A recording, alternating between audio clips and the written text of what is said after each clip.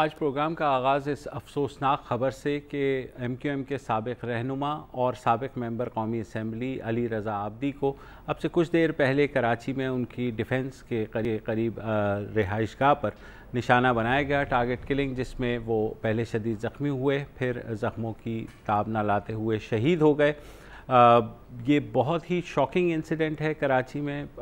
जो वायलेंस की नई लहर आई है, इससे कबल आपको पता है कि कुछ दिन पहले, परसों ही बल्कि PSP के 2 कारकुनान को भी निशाना बनाया गया। उससे पहले चाइनीज़ काउंसलेट का वाक़या हुआ, लेकिन ये अब तक की इस साल की सबसे हाई प्रोफाइल जो है टारगेट किलिंग है। इसी सिलसिले में हम बात करेंगे। मेरे ज़ाती दोस्त भी रहे अली रज़ा आब्दी, और मैं कराची आया तो अक्सर उनके साथ याद अल्लाह रहती थी। बहुत ही शरीफुल नफ्स आदमी थे और किसी झगड़े में नहीं पड़ते थे। ख़ास तौर पर जब MQM में ये तोड़ फोड़ हुई तो उन्होंने MQM को खैराबाद किया। अभी 2018 में उन्होंने इमरान ख़ान के मुकाबले में इलेक्शन लड़ा कराची से, जिसमें वो हार गए, और उसके बाद से उन्होंने MQM को पाकिस्तान को खैराबाद कह दिया।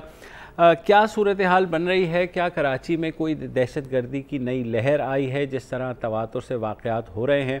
तो मेरे साथ मौजूद हैं मज़हर अब्बास, उनसे भी मैं पूछूंगा, और हमारे साथ हमारे नुमाइंदा महराज जो हैं वो अली रज़ा आब्दी के डिफेंस में वाक़ई घर पर भी मौजूद हैं। पहले हम मज़हर अब्बास के पास चलते हैं। मज़हर, ये बताइए, ज़ाहिर है बहुत शॉकिंग इंसिडेंट है ये अली रज़ा आब्दी की जो शहादत हुई है, तो आप किस तरह देख रहे हैं? क्या हम इसे एक आइसोलेटेड इंसिडेंट समझें, या आपके ख़्याल में अब ये कराची में दोबारा से एक लहर आई है? शुक्रिया मुबशिर।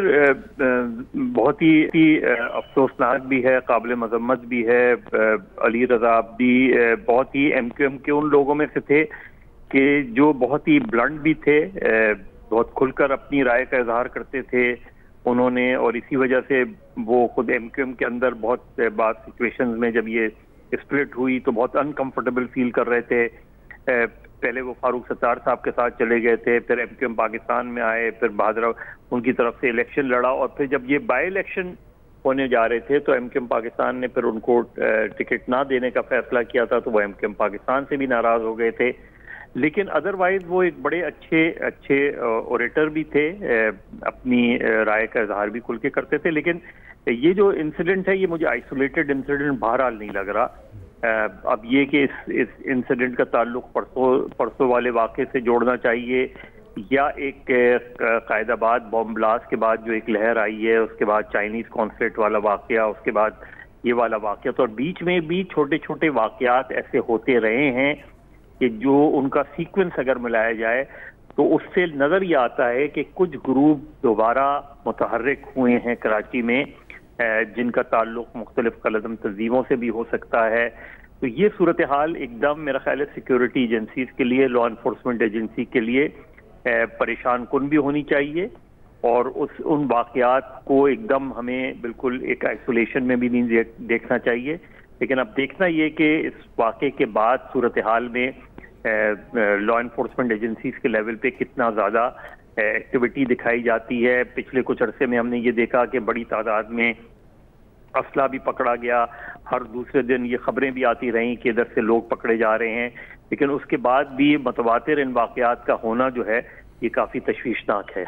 बिल्कुल, जैसे कराची ऑपरेशन के बाद हमने देखा था कि एक अमन की लहर थी, तो आपने जब भी बात की कि कुछ ग्रुप्स जो ज़ाहिर है उस वक्त या अंडरग्राउंड चले गए या रूपोश हो गए, वो अगर दोबारा से आ रहे हैं तो कितना बड़ा चैलेंज होगा या सिंध हुकूमत के लिए भी और लॉ इन्फोर्समेंट एजेंसीज़ के लिए भी, क्योंकि कराची बहरहाल पाकिस्तान की जो है मईशत की शहरग है, यहाँ अमन होता है तो ज़ाहिर है उसके इम्पैक्ट जो है पूरे मुल्क पर पड़ता है।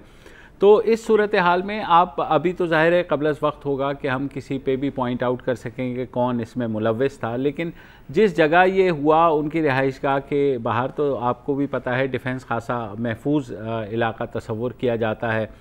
तो इस सारी सूरत हाल में अभी तो करीनस क़यास होगा कि हम किसी भी ग्रुप की तरफ ये डालें ये सारी सूरत हाल, लेकिन अब क्या लाएअमल होना चाहिए? आपको लगता है कि इनकी शहादत के बाद क्या कोई कैसे स्टेप्स लेने चाहिए? नहीं, बिल्कुल नहीं होना, हमें बिल्कुल भी किसी एक या दो ग्रुप की तरफ बिल्कुल निशानदेही नहीं करनी चाहिए, इसलिए कि कराची की टेरर डायनामिक्स बड़ी मुख्तलिफ रही हैं और बड़ी हमारी अनफॉर्चुनेट हमारी पुलिस या लॉ इन्फोर्समेंट एजेंसीज खुद बहुत जल्दी कंक्लूजन पे पहुंच जाते हैं। किसी ने जिम्मेदारी कबूल कर ली तो बस उसी डायरेक्शन में हम देखना शुरू कर देते हैं। दूसरा ये कि हमें ये तो नजर आता है कि अमन अमान की सूरत हाल बहुत बेहतर हुई है, सिचुएशन बड़ी इम्प्रूव्ड हुई हैं, टेररिज्म के वाकयात में बहुत डिक्लाइन हुआ है, लेकिन चीजें खत्म नहीं हुई हैं। देखिए, आज भी कराची में बहुत बड़ी तादाद में असला मौजूद है। फिर जो कराची की जो एंट्री और एग्जिट पॉइंट्स हैं, उस पे हमें बिल्कुल भी कानून नाफिज करने वाले इदारों की वो एक्टिविटी नजर नहीं आती, उसमें उतनी विजिलेंस हमें नजर नहीं आती। तो आप चाहे वो हब का बॉर्डर ले लें या आप जो नेशनल हाईवेज की तरफ चले जाएं, दूसरे आउटस्कर्ट्स की तरफ चले जाएं, तो वहां हमें कभी भी कहीं भी इतनी ज्यादा एंट्री और एग्जिट पॉइंट्स पे हमें लॉ एनफोर्समेंट एजेंसीज नहीं नजर आती। तो वो वल्नरेबल हो जाता है कराची, क्योंकि ऑलरेडी कराची की जो कच्ची आबादियां हैं, 7 से 8 हजार कच्ची आबादियां हैं, 40 से 50 लाख लोग उसके अंदर रहते हैं, और वो ऐसी वल्नरेबल जगह है कि जहां से एक्टिविटीज कभी ना कभी वो होती है, चाहे स्ट्रीट क्राइम्स की सूरत में हो, गाड़ी छीनने की सूरत में हो, या इस तरह के वाकयात की सूरत में। तो मेरा ख्याल है हमने हमारी रेंजर्स और दूसरी इदारों ने अमन अमान तो बहाल किया है और अपेरेंटली नजर भी आता है, लेकिन ये ऐसा नहीं है कि हम ये कह सकें कि कराची में जो है अब टेरर वापस नहीं आ सकता, अब चीजें वापस उस तरह बिगाड़ नहीं पैदा हो सकता। ये कहना हम अननेसेसरी जो है ये इस तरीके से इम्प्रेशन देते हैं जैसे कराची में अब चीजें सब खत्म हो गई हैं। ऐसा बिल्कुल भी नहीं है। कराची में अब भी वल्नरेबिलिटी मौजूद है उस तरह की एक्टिविटीज के दोबारा शुरू होने की, इसलिए बहुत ज्यादा विजिलेंस रहना पड़ेगा इंटेलिजेंस एजेंसीज को, और अपने आप को अपनी कोऑर्डिनेशन दोबारा बढ़ानी पड़ेगी। हमारे नुमाइंदा जो महराज हैं वो भी वहाँ मौजूद हैं उनकी रिहाइशगाह पर, उनसे भी अपडेट ले लेते हैं। महराज, बताइएगा, आप वहाँ मौजूद हैं रिहाइशगाह पर, जो उनकी लाश थी पहले उनको ज़ख्मी हालत में लेके जाया गया PNS शिफा, उसके बाद जिना हस्पताल पोस्टमार्टम के लिए लेके जाया गया है, तो आप बताइए कि अब वहाँ क्या सूरत हाल है? देखिए जी, बिल्कुल मैं उस वक्त डिफेंस में खयाबान काजी में उनके रिहाइशगाह के बिल्कुल बाहर मौजूद हूँ, जहाँ पर इस वक्त पुलिस और रेंजर्स की नफरी भी मौजूद है। ये वो मुकाम है जहाँ पर अली रज़ा आब्दी जो है वो अकेले ही तनहा गाड़ी में कहीं से वापस आए थे और अपने बिल्कुल घर की दहलीज पर थे कि नामालूम मुसल्लह अफराद जो कि मोटरसाइकिलों पर सवार थे, पुलिस के मुताबिक उन्होंने उन पर फायरिंग की और जिसके नतीजे में वो शदीद ज़ख्मी हुए। उसके बाद उनको यहाँ से जो है निजी हॉस्पिटल ले जाया गया, जहाँ दौरान इलाज वो दम तोड़ गए, जाँ बहक हो गए। उसके बाद उनकी मैयत को जो है जिना हॉस्पिटल शिफ्ट कर दिया गया है और इस वक्त उनकी मैयत जो है वो जिना हॉस्पिटल में है। और अगर जाए वक़ूक़ की बात की जाए तो वो गाड़ी भी इस वक्त पुलिस की तहवील में है, जिस गाड़ी में वो सवार थे और जिस पर फायरिंग हुई थी, जिसको निशाना बनाया गया था। और यहाँ से जो इन्वेस्टिगेशन पुलिस है उनका ये कहना है कि शवाहिद इकट्ठे किए गए हैं। तकरीबन 4 से 5 खोल पुलिस को मिले हैं, जो कि मुख्तलिफ बोर्स के पिस्टल्स जो है उसमें इस्तेमाल किए गए। अभी उसमें हतमी तौर पर नहीं कहा जा सकता कि 9mm है या 30 बोर है, लेकिन पुलिस का ये कहना है कि फॉरेंसिक के लिए उनको भेजा जाएगा। मिले जुले असले का इस्तेमाल किया गया है, 2 मुख्तलिफ इकसाम के असले को इसमें इस्तेमाल किया हुआ है। इसमें अब सबसे पहले यहाँ से शवाहिद इकट्ठे किए जाने के बाद जो है पुलिस ने, क्योंकि ये VIP एरिया है, तो यहाँ पर तकरीबन हर घर में और हर बंगले के बाहर CCTV कैमराज जो है वो लगे हुए हैं। तो अब फुटेज जमा करने की कोशिश की जा रही है अतराफ के जितने भी मकानात हैं और घर हैं, ताकि इससे मदद मिल सके कि वो कौन मुल्जिमान थे या उनके चेहरे उसमें वाज़ेह तौर पर देखे जा सके, क्योंकि किसी ने भी यहाँ पर इस वाक़े में फायरिंग करने वालों को नहीं देखा, क्योंकि यहाँ पर अक्सर सन्नाटा ही रहता है। बहरहाल पुलिस इस हवाले से भी तफ्तीश कर रही है और उनकी मैयत इस वक्त जिना हॉस्पिटल में है। जी अच्छा महराज, ये बताइए, आपने कहा कि ये इलाका ऐसा है, CCTV फुटेज भी है, गार्ड्स भी बाहर होते हैं, तो क्या किसी ने भी नहीं देखा कि क्या जो कातिल थे वो मोटरसाइकिल पे आए, कैसे आए, किस तरह से हमला हुआ? पुलिस की इब्तदाई तफ्तीश क्या कह रही है?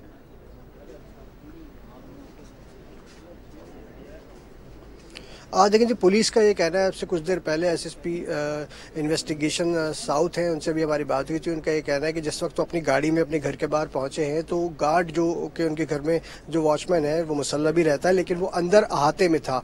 इसी दौरान में फायरिंग हुई और फायरिंग करके मुलजिमान यहाँ से फरार हो गए। जितनी देर में उसने दरवाज़ा खोला उस वक्त तक मुलजिमान फरार हो चुके थे। बहरहाल जहाँ यहाँ पर जितने CCTV कैमराज लगे हुए हैं उससे अंदाज़ा तो ये होता है कि कैप्चर तो बिल्कुल किया होगा किसी न किसी कैमरे ने। बहरहाल पुलिस ने अभी पुलिस इसको सामने नहीं ला रही है। बहरहाल पुलिस अभी जो है फुटेजेस जमा कर रही है, उसके साथ साथ दीगर शवाहिद यहाँ से इकट्ठे किए हैं और जो खोल मिले थे गोलियों के उनको भी अपनी तहवील में लिया है, उनको फॉरेंसिक के लिए भेजा गया है और मजीद इसमें तफ्तीश की जा रही है। जी चले महराज, हम आपसे अपडेट लेते रहेंगे। सर अब्बास, ये बताइए कि मेरी खुद क्योंकि इनसे मुलाकात भी थी और कोशिश भी हो रही थी कि MQM के धड़ों को मिला करके जो कराची में एक सपोजिटली एक गैप है सियासी, एक वैक्यूम जो है उसको भरने की कोशिश हुई और इनसे भी अक्सर मेरी बात हो रही थी। तो ये भी इस बात के ख़्वाह थे कि कराची में जो MQM का वो तबका जो कि किसी तरह की भी क्राइम में मुलव्विस नहीं है या जो बाद में 24 अगस्त के बाद जो MQM आई, तो उन सबको यकजा होना चाहिए। तो आपको लगता है कि क्या यही कोशिश वजह बनी, क्या यही सियासी मुहर्रिकात हो सकते हैं? अगर हम ज़ाहिर है अभी तक तो हम क़यास आराई ही कर सकते हैं। मुबशिर, एक तो ये कि जो अभी ज़िमनी बल्दियाती इलेक्शंस हुए थे उसमें MQM पाकिस्तान का एक तरीके से कम बैक हम कह सकते हैं कि उनका कम बैक हुआ और जितना सेटबैक उन्हें जनरल इलेक्शंस में हुआ था उसके मुकाबले में यहाँ अगर 22 नशिस्तों पे इलेक्शंस हुए थे तो 11 नशिस्तें MQM पाकिस्तान ने जीती और तहरीक इंसाफ जिसने जनरल इलेक्शंस में 14 नशिस्तें हासिल की थी, इन इलेक्शंस में उसको 1 नशिस्त मिली। तहरीक इंसाफ के जो कुछ सीनियर लोगों से मेरी बात हुई, उन्होंने इसको अपनी तंजीमी खामी एडमिट किया कि लोकल बॉडीज के लेवल तक हमारी उस तंजीम जो है वो उतनी मुतहर्रिक नहीं नजर आई। लेकिन MQM पाकिस्तान के लिए यकीनन एक कम बैक था और वो इसको सेलिब्रेट भी उन्होंने किया था ये कह के कि हम बहुत से लोग ये समझते थे कि हम खत्म हो गए लेकिन हम उसी तरह मौजूद हैं। और वो जो कोशिशें थी, जाहिर है MQM 22 अगस्त 2016 के बाद की जो सूरत हाल थी, उसके बाद फिर MQM पाकिस्तान, फिर MQM बहादुराबाद और PIB में बटी, उसके बाद भी हमें वो तकसीम दर तकसीम नजर आई। उस पर बहुत से सीनियर अरकान जो है MQM के रहे हैं मुख्तलिफ दड़ों के, उनकी एफर्ट्स बारहा रही और आखिरी ऐसी एफर्ट जो है वो सरदार अहमद साहब कोशिश कर रहे थे लेकिन फिर वो भी एक तरीके से मायूस होके उन्होंने साइड पकड़ ली। लेकिन डॉक्टर फारूक सत्तार अपने तई जो है वो MQM बहादुराबाद से नाराज थे। MQM बहादुराबाद ने उनको हाल ही में निकाल लिया था, तो MQM सेटल तो नहीं हो पाई थी किसी भी तरीके से और अभी भी जो कोशिशें हो रही थी उसमें कोई बहुत ज्यादा कामयाबी तो नहीं मिल रही थी। लेकिन ये लोकल बॉडीज इलेक्शंस ने जरूर MQM पाकिस्तान को एक बूस्ट दिया था क्योंकि आइंदा साल इलेक्शंस होने वाले हैं लोकल बॉडीज के। उस लिहाज से ये MQM पाकिस्तान के लिए बड़ी अच्छी विक्ट्री थी।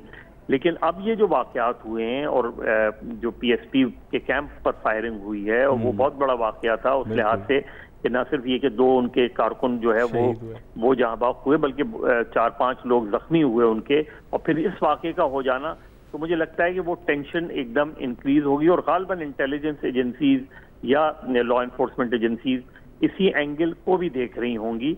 लेकिन उसके साथ ही इसको ब्रॉडर उसमें भी देखना चाहिए क्योंकि एक नहीं 5-6 वाकयात हुए हैं पिछले 1-1.5 महीने में, उन वाकयात के सीक्वेंस को भी देखना चाहिए कि कौन से ग्रुप्स मुतहर्रिक दोबारा हो गए हैं और हमें वो उस तरीके से ही इंटेलिजेंस पेट्रोलिंग और चेकिंग नजर नहीं आती जो शुरू में हमें नजर आती थी। लगता ये है कि पिछले 2-3 महीने में जो लॉ एनफोर्समेंट एजेंसीज हैं वो रिलैक्स कर गई थी। ठीक है मजहर साहब, एक छोटी सी ब्रेक लेनी है, उसके बाद इस आएंगे तो अपनी गुफ्तगू का सिलसिला जारी रखेंगे इस अफसोसनाक खबर के साथ कि अली रज़ा आब्दी जो कि साबिक मेंबर कौमी असम्बली और रहनुमा MQM थे, उनको आज कराची में टारगेट किलिंग के वाक़े में शहीद किया गया। हमारे साथ रहिएगा।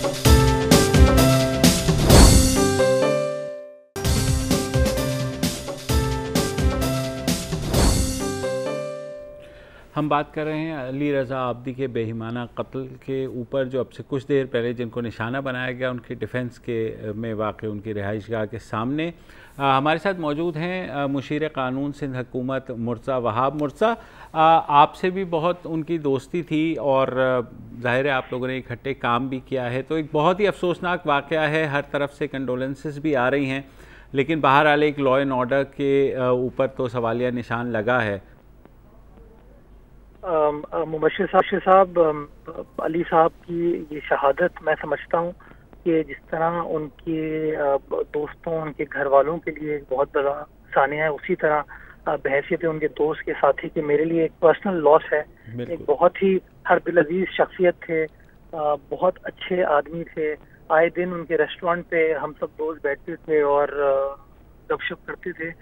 तो मेरे लिए इस बात को एक्सेप्ट करना इस बड़ा मुश्किल है कि अली भाई हम में इस वक्त नहीं है। It's a big tragedy. एक पाकिस्तान से मोहब्बत करने वाला, कराची शहर से मोहब्बत करने वाला आदमी आज हम में नहीं है। अल्लाह ताला उनकी मग़फ़िरत फरमाए, उनकी फैमिली को सब्र दे कि वो इस इर्रिपेयरेबल लॉस से निकल सके। मैं समझता हूँ जी कि माजी में बहुत सारी कुर्बानियों के बाद, बड़ी मेहनत के बाद कराची के अंदर जो एक अमन की फिजा कायम की गई थी, उसके खिलाफ साजिश की जा रही है।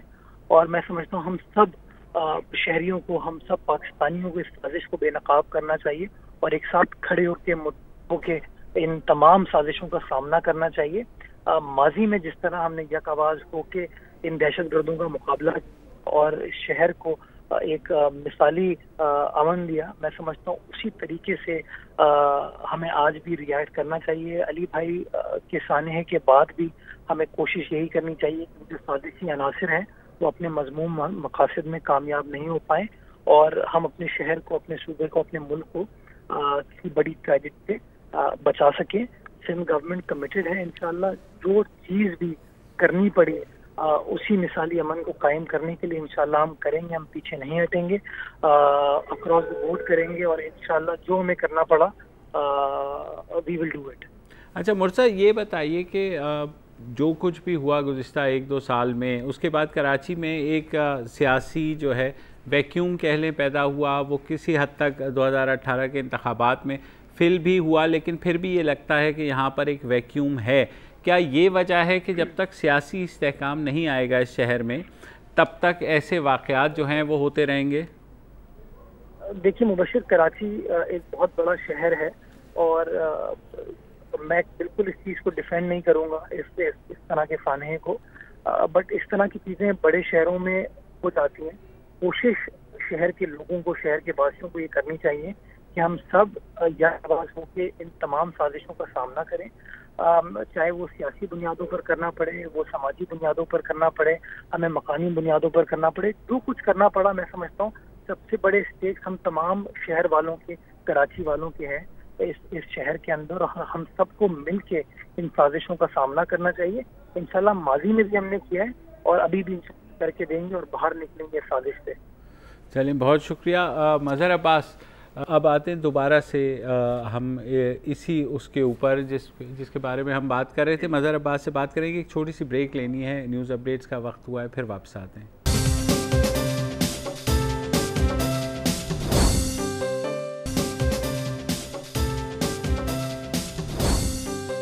मज़हर, बहुत सोशल मीडिया के ऊपर ये बात बहुत आ रही है कि क्योंकि अली रज़ा आब्दी बहुत वोकल थे, अपने ख़यालात का बरमला इजहार करते थे, इस वजह से भी उन्हें निशाना बनाया गया है। ज़ाहिर है ये सब क़यासाराइयाँ हैं, अभी तक हम इस पे बात भी कर चुके हैं। आपको क्या लगता है कि क्या जो है उनके ख़यालात क्या इतने ही ज़्यादा वो थे, हालांकि वो उन्होंने हमेशा जो बात की, जैसे आपने मुर्तज़ा वहाब को भी सुना? नहीं, देखें वो तो ज़ाहिर है सोशल मीडिया पे हर तरह की चीज़ें चल सकती हैं, लेकिन असल चीज़ ये कि इस तरह की चीज़ें हो भी सकती हैं और उसकी आड़ में कुछ और भी हो सकता है। तो ये तो हमारे यहाँ होता रहता है, ये कोई ऐसी नई बात नहीं है। असल चीज़ ये है कि इतने अरसे में कराची जितना दहशतगर्दी की जद में रहा है, उस लिहाज से हमने वो सिक्योरिटी अरेंजमेंट कभी भी नहीं किया। आप देखें, सेफ सिटी प्रोजेक्ट इस्लामाबाद में लगा दिया गया, लाहौर में लगा दिया गया और कराची में सबसे कम लागत में लगाया गया और वो भी खासा नाक़िस रहा उस लिहाज से कि जब उसके कैमरों की मेंटेनेंस का मामला आता था तो वो पता चलता था पैसे नहीं दिए गए।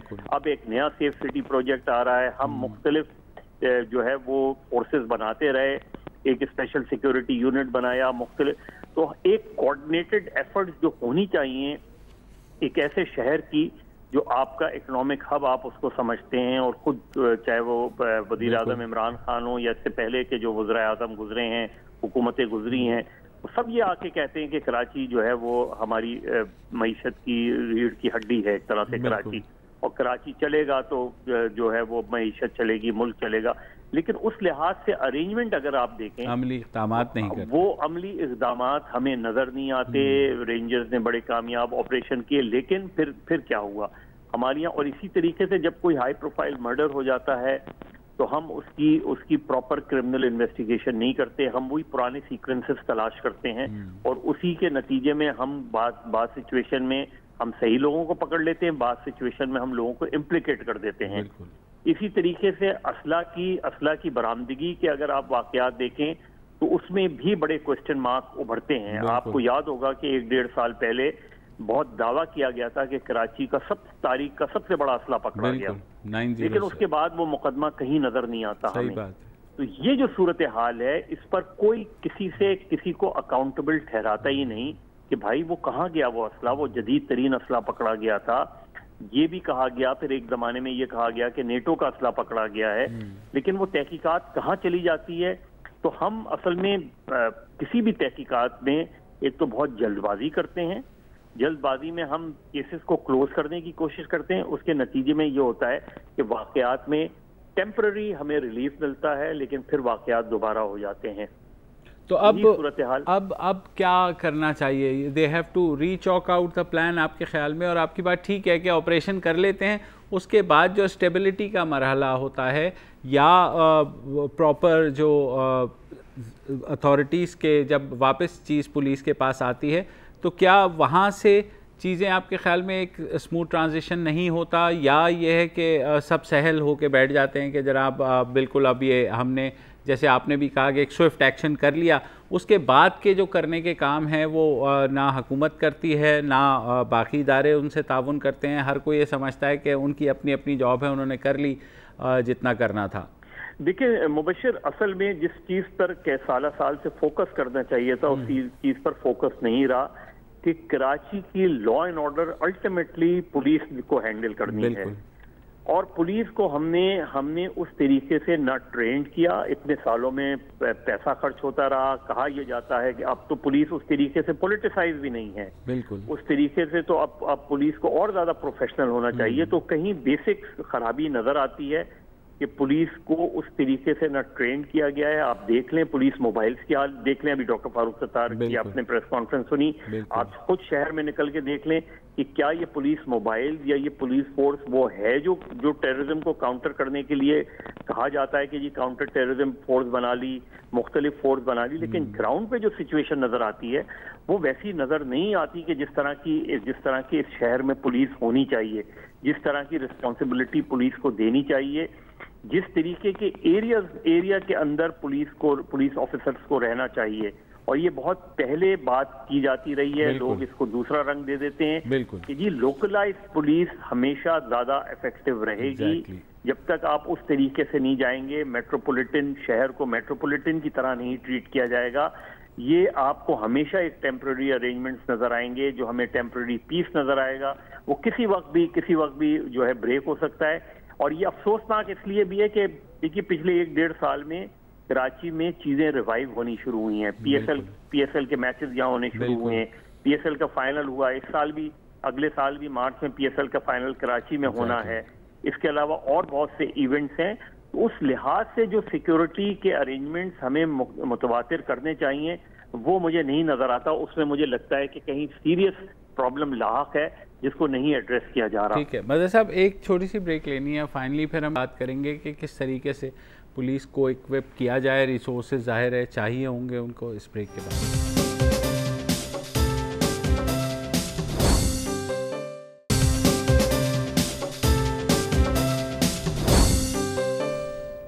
Welcome back. मज़हर अब्बास, इस शहर की अजीब सी एक सियासी डायनामिक्स हैं कि इस शहर में 2018 के इंतखाबात में सबसे ज़्यादा MNAs जो हैं वो PTI के इलेक्ट हुए, मगर सूबाई हुकूमत जो है वो पीपल्स पार्टी की है और जो बल्दियाती ताकत है वो MQM के पास है। तो आपको लगता है कि इन तीनों जमातों के दरमियान भी हमें कोई जो कोऑर्डिनेशन नज़र नहीं आती? अगर शहर के मसाइल की हम बात करें, तीनों ने जो जिम्मेदारी है वो एक दूसरे के ऊपर डालकर मुबर्रा हो जाते हैं। तो जब तक ये कोऑर्डिनेशन भी नहीं होगी, कोई इस शहर की ओनरशिप लेगा ही नहीं, तो इस शहर से अमन जो है ज़ाहिर है वो इफ़ेक्ट तो होगा। बिल्कुल सही है ये, और ये बदकिस्मती से चीज़ें माजी में भी रही हैं कि वफाक में जिसकी हुकूमत हुई और सिंध में जिनकी हुकूमत हुई, कराची में उससे मुख्तलिफ मैंडेट आता था, लेकिन ये पहली मरतबा हुआ था कि कराची में जिसको मैंडेट मिला उसी की वफाक में हुकूमत बनी। ये इससे पहले कभी भी नहीं हुआ था। और वजीर आजम वजीर दाखिला भी हैं, मेरा ख्याल है वजीर आजम, और कराची से वो मुंतखब भी हुए थे। वजीर आजम को कराची में आके 1-2 दिन बैठना पड़ेगा, उन्हें यहाँ ये जो चंद घंटे के लिए आते हैं इसके बजाय यहाँ आके संजीदगी से, और यहाँ एक मरकजी एपेक्स कमेटी माजी में होती थी, उनका इजलास भी होते थे जिसमें वजीर आजम भी होते थे, आर्मी चीफ भी होते थे, वजीर आला भी होते थे, और इसी तरीके से जो शहरी हुकूमत के नुमाइंदे वो भी होते थे। तो उस तरह की एपेक्स कमेटी को दोबारा रिवाइव करने की जरूरत है।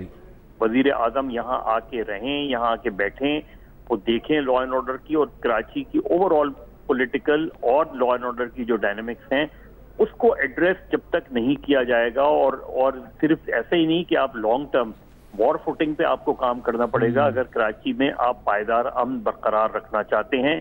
और सिर्फ एक एंगल से सोचना जो है वो मेरा ख्याल है गलत होगा। कराची में मुख्तलिफ किस्म के टेरर डायनामिक्स रहे हैं, उसको उसी तरीके से आपको एड्रेस करना पड़ेगा। कई ग्रुप्स रहे हैं, कई मुख्तलिफ ग्रुप्स रहे हैं, और ये इंटेलिजेंस एजेंसीज वक्तन फवक्तन ये चीज़ें इस बारे में अलर्ट भी करती रही हैं। तो अब मुझे बताइए, फैसल रज़ा, ये अली रज़ा आब्दी जो हैं, सॉरी, ये MQM तो छोड़ चुके थे, मगर इनका राब्ता तो था फारूक सत्तार से भी और बाकी साथियों से भी। आपको लगता है कि इस जो कत्ल हुआ है उसके बाद MQM के डायनामिक्स में भी फ़र्क पड़ेगा, या बहुत मोहतात होंगे वो, या ये जो सारी सूरत हाल बनी है?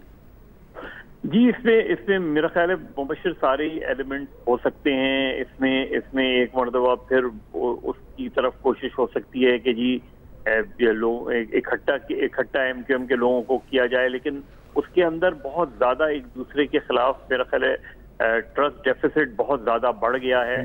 तो वो तो फौरी तौर पे तो मुझे नहीं चीजें बेहतर होती नजर आ रही, लेकिन इतना जरूर हो सकता है कि इस वाक़े ने और इससे पहले 2 दिन पहले जो वाक़यात हुए थे उसमें जो चाहे वो MQM हो या PSP हो या दूसरे लोग हों, उनके दरमियान ये जरूर नजर आ रहा है कि इस तरह के वाक़यात अगर बढ़ते हैं तो ये कराची के लिए और आइंदा होने वाले बल्दियाती इंतखाबात के लिए बड़ी वार्निंग होगी। तो मेरा ख्याल है, और इसमें पीपल्स पार्टी का भी बड़ा इंपॉर्टेंट रोल है, क्योंकि अभी जो ज़िमनी बल्दियाती इलेक्शंस हुए थे उसमें कराची में दूसरे नंबर पर पाकिस्तान पीपल्स पार्टी आई है, और सिंध में उनकी हुकूमत भी है।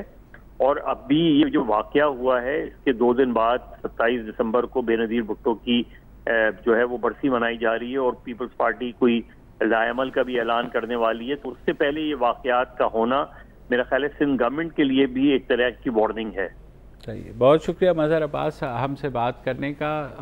हम कर रहे थे अली रज़ा आब्दी की शहादत पे जो हुई है, एक बहुत बड़ा वाक़या है। कराची के जो यंग पॉलिटिशियंस हैं उनमें उनका बहुत चोटी के सियासी रहनुमाओं के तौर पर उनको लिया जाता था, और वो बहुत कुछ करने के ख्वाहां थे। ज़ाहिर है उनकी एक नागहानी मौत हुई है, और ये प्रोग्राम उन्हीं के नाम था। कल दोबारा मिलेंगे, इजाज़त दीजिए, खुदा हाफ़िज़। अस्सलाम वालेकुम। अगर आपको हमारे शो पसंद आया है तो प्लीज़ हमारे YouTube चैनल को सब्सक्राइब करें, और अगर मुनासिब समझे तो इस वीडियो को लाइक भी कर लें, तो कोई हर्ज नहीं है, और शेयर भी कर लें और कमेंट भी कर दें जी, वरना वो सब ऐसे ही लिखते रहेंगे। और ये जो दोनों कह रहे हैं ये कर लें जी प्लीज़, नहीं तो हमें भी घर जाना है, मैं आपके कंप्यूटर में नहीं रहना 24 घंटे। सही बात।